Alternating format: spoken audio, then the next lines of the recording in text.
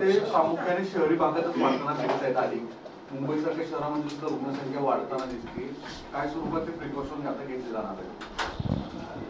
कोविडमध्ये सध्या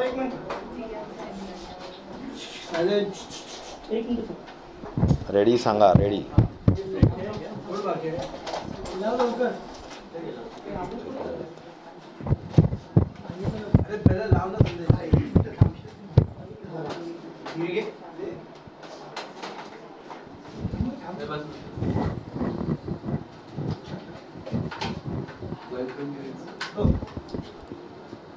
आज किती मोठी गर्दी होती आमच्या तिथे सगळी. मला वाटलं हो म्हणजे 2 तास 2.5 तास नॉनस्टॉप.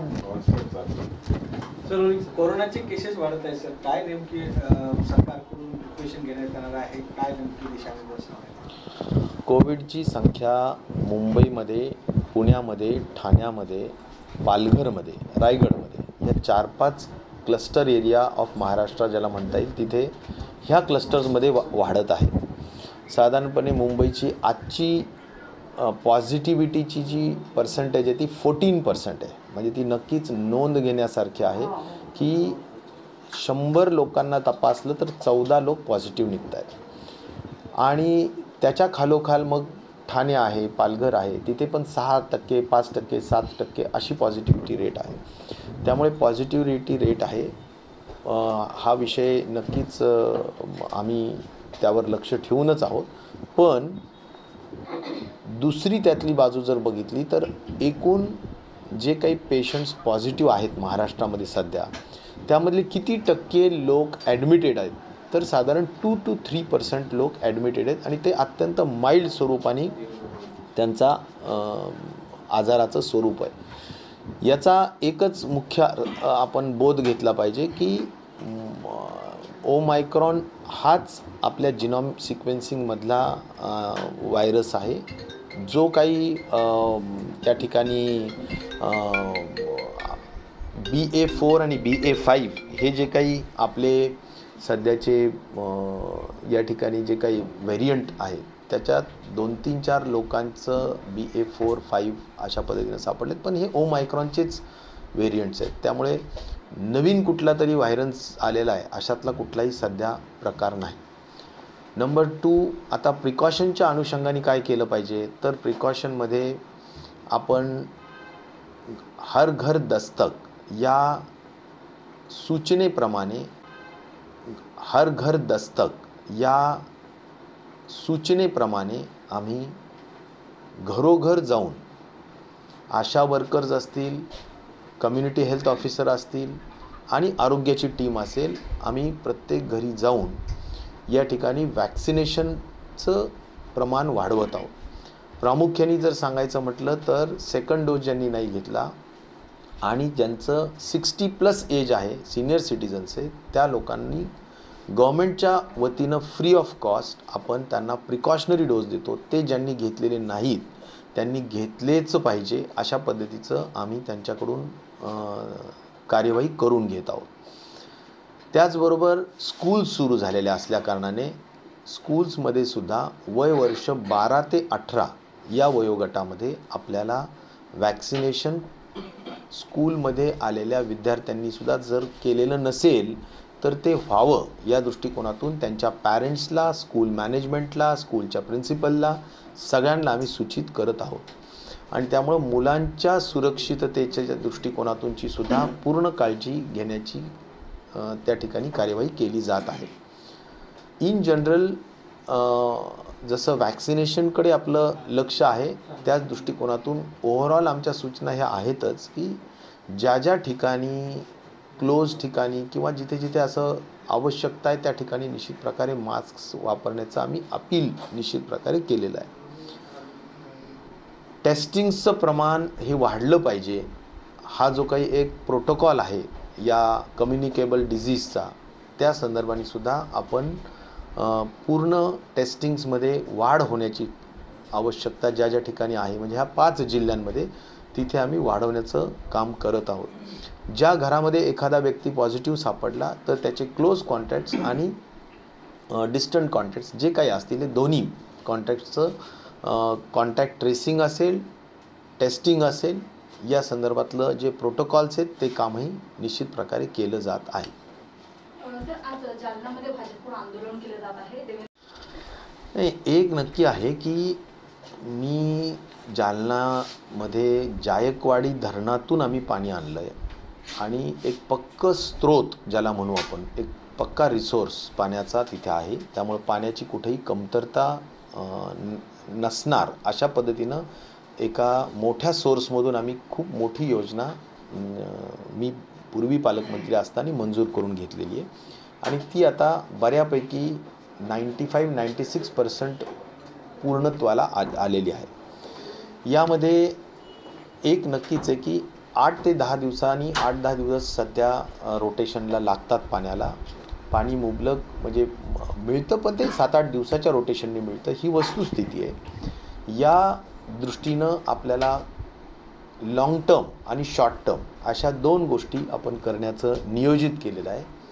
ज्यामध्ये शॉर्ट टर्ममध्ये काय झालं आहे की तिथे जवळजवळ 8 मोठ्या ESR ज्याला म्हणू आपण टाक्या, एलिव्हेटेड रिझर्वायर ज्याला म्हणतो आपण, तर या ESRमध्ये 8 पैकी 7 टाक्यांचं टेस्टिंग, पाणी टाकून टेस्टिंग करण्याची कार्यवाही पूर्ण झालेली आहे आणि त्याच्यामध्ये काही छोट्या छोट्या त्रुटी आढळल्यात की कुठेतरी एखादा वॉल लिकेज आहे दिसतो किंवा वॉल नादुरुस्त झाल्याचं दिसतं, कुठे 1-2 टाकींमध्ये मायन्यूट लिकेज झाल्याचं दिसतं.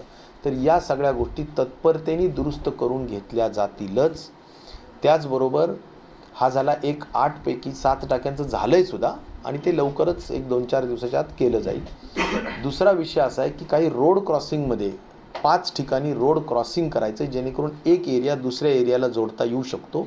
तर त्या रोड क्रॉसिंगच्या ज्या काही BNCच्या परवानग्या वगैरे त्या सगळ्या प्राप्त झालेल्या आहेत, त्या पूर्ण झाल्या असल्यामुळे त्याचीही कार्यवाही त्वरेने पूर्ण करून घेतली जाईल. तिसरा मुद्दा असा आहे की काही छोट्या छोट्या एरियामध्ये काही 100 फूट 50 फूट अशा पद्धतीचे काही पाईपलाईन्स राहिलेल्या आहेत, त्या पण पूर्ण केल्या जातील. तर ह्या 3 गोष्टींच्या अनुषंगाने कार्यवाही पूर्ण करून शॉर्ट टर्म प्लॅनिंगच्या अनुषंगाने हा जो कालावधी आहे 7-8 दिवसाचा, तो निश्चित प्रकारे 3 दिवसावर आणण्यात येईलच याची मला पूर्ण खात्री आहे. परंतु दररोज पाणी मिळावं इतकं मोठं कॅपॅसिटीची 70 MLD म्हणजे 70 मिलियन लिटर्स पर डे अशा म्हणजे 70 दशलक्ष लिटर पर डेची कॅपॅसिटीची मोठी पाईपलाईन आपण आणलेली आहे. त्याच्या लागणाऱ्या टाक्यासुद्धा पूर्ण झालेल्या आहेत.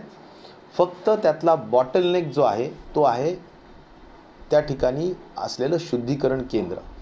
शुद्धीकरण केंद्र हे 24 MLDचं आहे, ते 48 त्या ठिकाणी असलेलं शुद्धीकरण केंद्र हे 24 MLDचं आहे, ते 48 MLDचं जर झालं तर दररोज कुठेही अखंडित पाणी आणि मुबलक पाणी दरडोई जे 150 लिटरच्या पद्धतीनं नियोजन करण्यात आलेलं आहे त्या पद्धतीचं पाणी जालना शहराच्या लोकांना मिळायला कुठलीही अडचण नाही.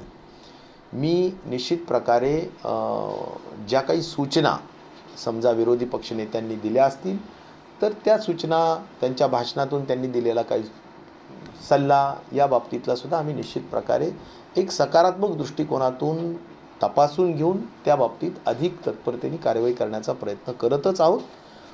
या निमित्ताने मला असं वाटतं की यामध्ये आपल्याला कुठलेही राजकारण करण्याचं काही कारण नाही. कोविड के मामलों में निश्चित तौर पर बढ़ोतरी हुई है, हो रही है. रोज़ाना केसेस जो पहले कुछ हंड्रेड्स में आते थे, यानी 100, 200, 400, तो अभी थोड़ा 2000 के दरमियान 3000 के दरमियान आने लगे हैं. तो यह एक महाराष्ट्र का एक 5 ज़िलों का क्लस्टर हुआ है जिसमें मुंबई, ठाणे, पुणे, पालघर और रायगढ़ यह ज़िले निश्चित प्रभावित हुए हैं. ख़ास तौर पर अगर देखा गया तो इसकी पॉजिटिविटी रेट मुंबई की 14% है, यानी करीबन 100 की टेस्टिंग की तो 14 लोग उसमें पॉजिटिव नज़र आ रहे हैं. तो इसका मतलब है कि यहाँ पर स्प्रेड हो रहा है. दूसरा एक पॉजिटिव केस उसमें एक हम ऐसा देख सकते हैं कि उसमें हॉस्पिटल एडमिशन का जो परसेंटेज है वो बहुत ही निग्लिजिबल है. इसका मतलब है कि एक माइल्ड तरीके का ये जो ओमाइक्रॉन का इम्पैक्ट है वो हमें निश्चित तौर पर नज़र आ रहा है, लेकिन संख्या बढ़ रही है। इसके लिए हम निश्चित तौर पर कुछ जो उपाय उसमें हम कर रहे हैं या कुछ उसमें जो डिसीजंस लिए हैं, उसमें सबसे इम्पॉर्टेंट डिसीजन है कि हर घर घर जाके घर घर दस्तक के माध्यम से एक अभियान जो है उसके माध्यम से आरोग्य के यानी स्वास्थ्य के सभी कर्मचारी जो लोग हैं घर पे जाके जिसने सेकेंड डोज नहीं ली है, जिसने प्रिकॉशनरी डोज नहीं ली है, जो 60 इयर्स के अबव है, तो उनको हम डोज लेने के लिए निश्चित तौर पर काउंसलिंग कर रहे हैं, मना रहे हैं और उनको डोज लेने के लिए प्रवृत्त कर रहे हैं। रहा सवाल स्कूल्स अभी शुरू हो गए हैं, तो स्कूल्स के हद तक भी बच्चों के सुरक्षितता के लिए हमें 12 to 18 इयर्स का जो एज ग्रुप है, जो स्कूल गोइंग एज ग्रुप आता है, 11-12 तक आता है, तो निश्चित तौर पर इन सभी बच्चों के लिए जो वैक्सीनेशन का प्रोग्राम है उसका अमल होना ज़रूरी है। और इसलिए स्कूल मैनेजमेंट हो, प्रिंसिपल हो या उनके पेरेंट्स हो, उनको भी प्रॉपर काउंसलिंग करके इसमें हम ध्यान देने के लिए पूरी कोशिश कर रहे हैं। हमारा स्वास्थ्य विभाग इस काम के लिए पूरी तरह से लगा हुआ है। B और B5 को लेकर क्या स्थिति है महाराष्ट्र में भी? आज अगर देखा गया तो जो जीनोमिक सीक्वेंसिंग जिसके भी स्वैब्स भेजे गए हैं, तो ओमाइक्रॉन के सिवाय दूसरा कोई नया आया नहीं है। ये BA4 कोविड के मामलों में निश्चित तौर पर बढ़ोतरी हुई है, हो रही है। रोज़ाना केसेस जो पहले कुछ हंड्रेड्स में आते थे, यानी 100, 200, 400, तो अभी थोड़ा 2000 के दरमियान, 3000 के दरमियान आने लगे हैं।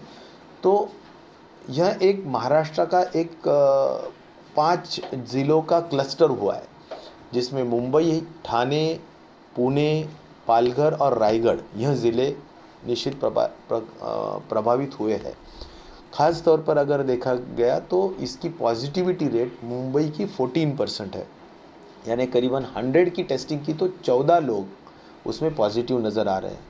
तो इसका मतलब है कि यहाँ पर स्प्रेड हो रहा है। दूसरा एक पॉजिटिव केस उसमें एक हम ऐसा देख सकते हैं कि उसमें हॉस्पिटल एडमिशन का जो परसेंटेज है वो बहुत ही निग्लिजिबल है। इसका मतलब है कि एक माइल्ड तरीके का ये जो ओमाइक्रॉन का इम्पैक्ट है वो हमें निश्चित तौर पर नज़र आ रहा है, लेकिन संख्या बढ़ रही है। इसके लिए हम निश्चित तौर पर कुछ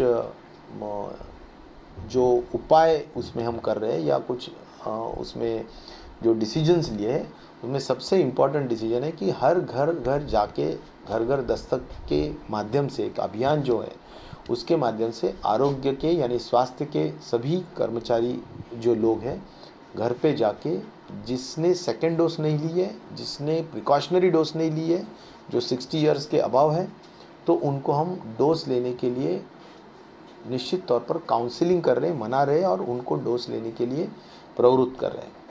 रहा सवाल स्कूल्स अभी शुरू हो गए हैं, तो स्कूल्स के हद तक भी बच्चों के सुरक्षितता के लिए हमें 12 to 18 इयर्स का जो एज ग्रुप है, जो स्कूल गोइंग एज ग्रुप आता है, 11-12 तक आता है, तो निश्चित तौर पर इन सभी बच्चों के लिए जो वैक्सीनेशन का प्रोग्राम है उसका अमल होना ज़रूरी है। और इसलिए स्कूल मैनेजमेंट हो, प्रिंसिपल हो या उनके पेरेंट्स हो, उनको भी प्रॉपर काउंसलिंग करके इसमें हम ध्यान देने के लिए पूरी कोशिश कर रहे हैं। हमारा स्वास्थ्य विभाग इस काम के लिए पूरी तरह से लगा हुआ है। B और B5 को लेकर क्या स्थिति है महाराष्ट्र में भी?